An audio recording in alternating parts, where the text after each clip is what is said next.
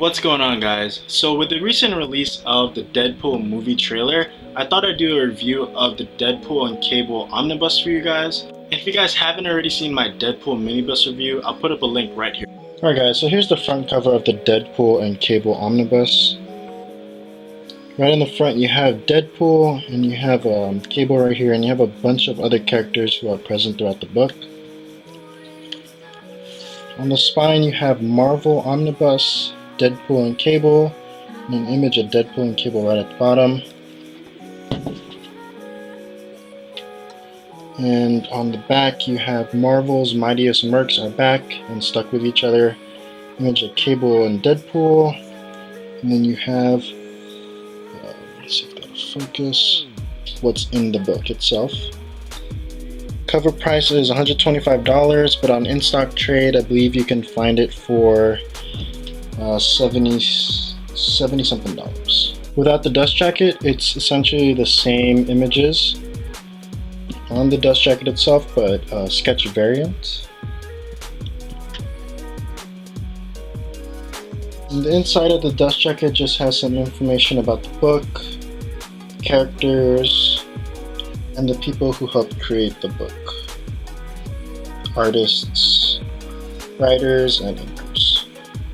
This being a Marvel Omnibus, the binding is amazing. There's a clear separation from the inner ribbon and outer spine. And here's the top view. And here's a splash page for you guys so you can see that there is no gutter loss whatsoever. And like I said earlier, this is Marvel quality binding. So the book essentially stays open the first page, so it won't flap open on you guys, it won't close while you're reading, and you don't have to hold it down. As you can see here, you have a rundown basically of the issues, who's involved with them, artists, pencilers, inkers, stuff like that. And on the beginning of each issue you have the cover for the issue when it was in the single issue format. So the two main characters in the book are Cable and Deadpool. Cable is the son of Cyclops, and he's from the future, an apocalyptic future where his world is destroyed. And Deadpool is a funny character. His name is Wade Wilson. He's actually a spin-off of DC's Slade Wilson, also known as Deathstroke. He's also a mercenary. Deadpool, he's a really funny character in the fact that he breaks the fourth wall. So he knows that he's in a comic, he knows that there are readers out there, looking at his every life. There are other characters that are involved in this omnibus. You have the X-Men, and occasionally you have some Avengers who pop up.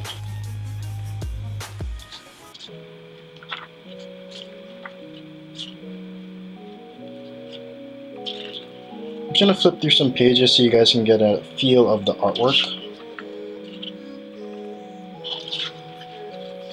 Throughout the omnibus there will be sections after an issue where it'll have either sketch variants or covers from previous issues.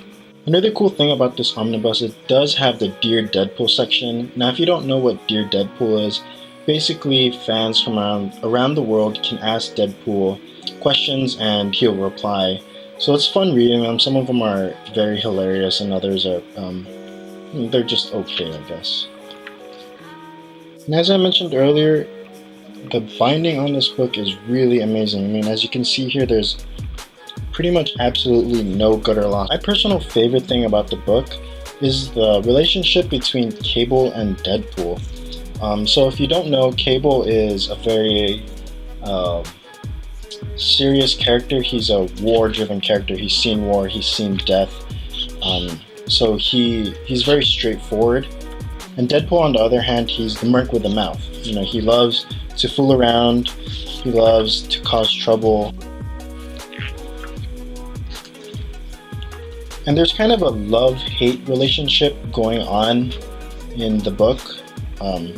Cable hardly ever shows affection towards Deadpool, but he knows that they're buddies, and Sometimes throughout the omnibus, he goes out of his way to protect and care for Deadpool. Same thing with Deadpool. Even when he's hired to mess up Cable's plans, he always comes back to Cable, and he helps him ultimately succeed, in creating this utopia that Cable's trying to create called Providence.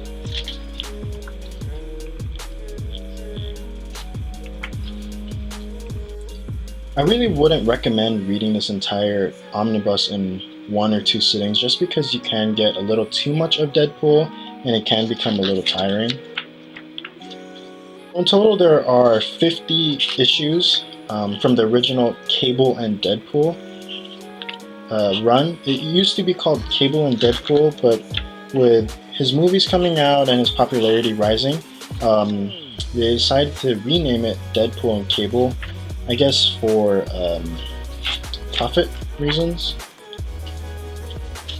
And at the end of the book, you do have some extra materials, some writing from the author, and you do have some sketch variants for here.